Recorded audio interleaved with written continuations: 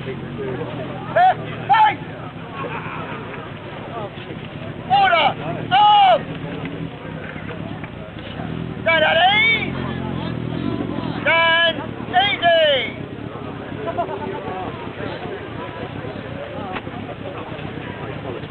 Welcome, ladies and gentlemen. We are the Colchester Town Watch. Well, a handful of us, I'm afraid, today. Let me just give you a brief history of what the Town Watches were all about. Back in Saxon times, the local people organised themselves into something called a tithing. Now, this was a group of 10 households that would look after each other and also make sure that nobody within that tithing was breaking out of order and committing murders and crimes and things. Later on, the Normans invaded. They took the idea of the tithing and made it stand to a whole community. Now, the word tithing is Anglo-Saxon, which meant every tenth. So the word soon lost its usage. In the new Norman language, they used the word waiting, which in later on in English you can translate directly as meaning the watch. Now, England, despite this, was still a very, very lawless place. You could not literally walk through a woodland without getting mugged. It was a very, very bad place to live indeed. Except for the fact that it was woodland. Now, King Richard I of England, also known as Longshanks, he brought about something called the Statutes of Winchester. This is a very long and in-depth piece of manuscript which actually set out a complete law for the country, from basic civil law and marriages right through to the apprehension of criminals. I won't read you the whole thing, because it would probably take me about a day. Oh, I did. Good. But what he did do was he said that all great towns and cities with walls and gates, they would shut those walls and gates, well, shut the gates at least, every night from sunset until sunrise. Now, in order to do this, he needed a body of men. This was what the watch was. He also commanded that the bailiffs of the town would check the identity of those people lodging within that town to make sure they were not sturdy beggars, vagrants, and any wrongdoers of any sort. Again, this is where the watch was employed.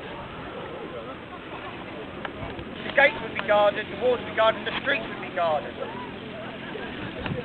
Anybody found out after curfew would be arrested and put into jail until dealt with by the local parish constable. Now, at those times, everybody, almost without exception, carried arms. Usually, they would carry a dagger, like this one.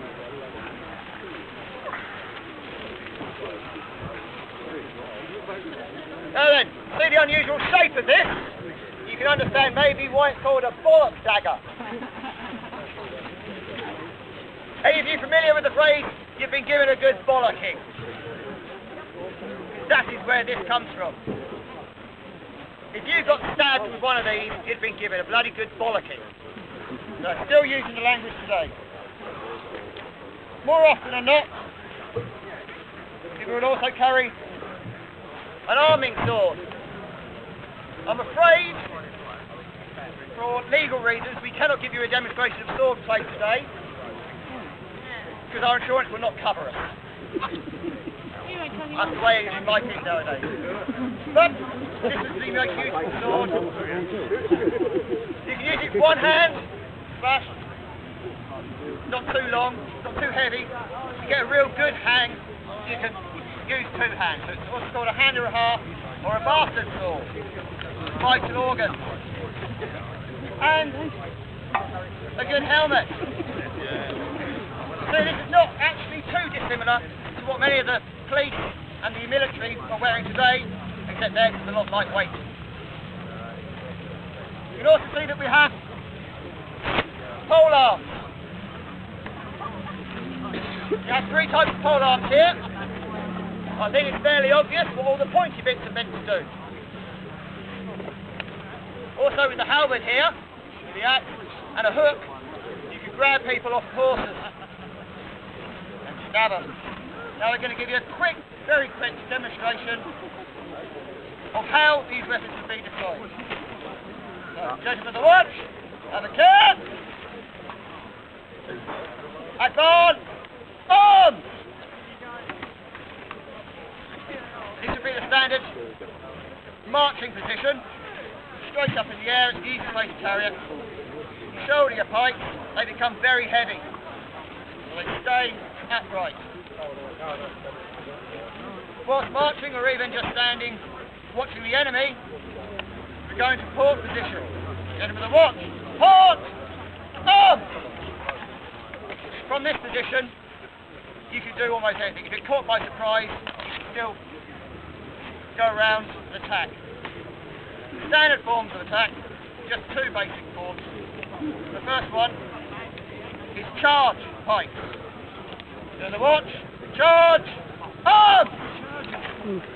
And from this position, obviously, standing still, they're coming towards you, you've got a good row of people.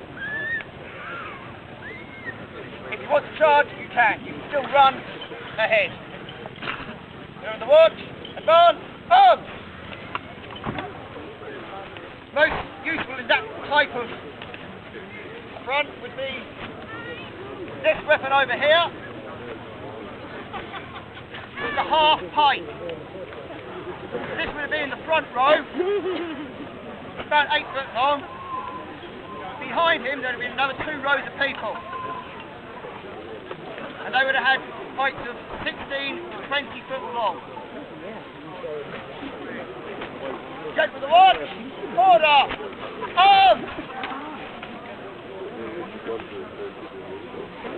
Another useful way of using a pole arm is when there was horses coming towards you. So we perform something called a horse charge. During the watch, prepare for horse charge! Horse charge! Now in this position, no horse is stupid enough to run into you. They'd usually throw their rider. And of course, as soon as the rider was thrown, you can drop your pole arm, you can draw your sword, and kill. Gentlemen of the watch, recover, on!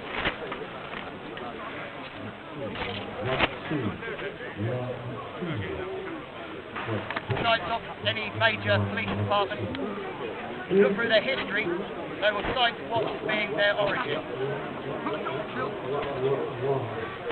Now, nowadays, most of our functions are purely ceremonial. We are the ceremonial bodyguard to the mayor and to any local dignitaries or any major dignitaries visiting Colchester.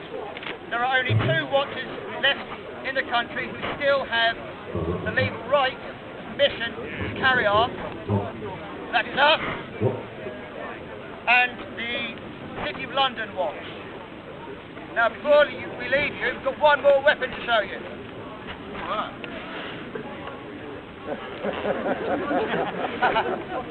Rod. And also the effectiveness of some of our weapons. What we're going to bring you out is called an archer's hammer. Now after a major fight, the archers, or even during a major fight, the archers were no longer really usable. And they would have this wonderful little piece of equipment called an archer's hammer, as you'll see in a moment, to find wounded men on the battlefield and to finish them off. Usually with a spike at the back of the head. We would just like somebody to come out here and give it a go on the helmet. Anybody? Come on then. Smash the helmet. Hard as you can. Smack that helmet, you bitch.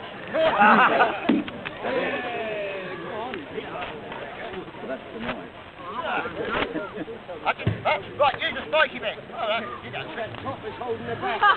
Right.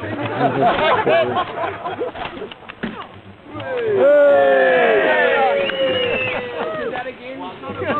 And we want it cracked, so. Anyone else want to On what? Get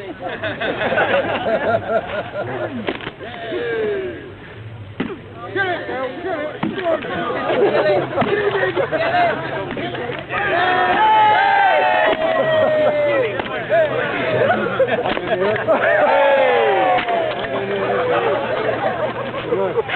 Who was that?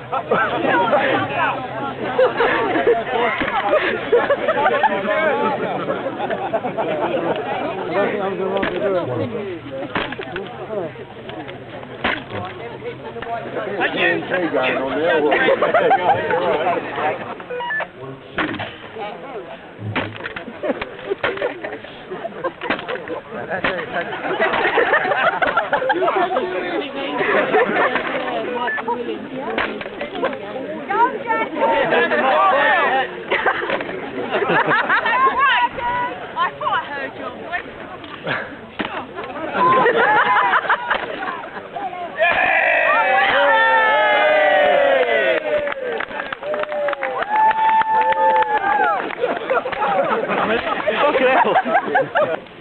Left! Face! On the right, forward!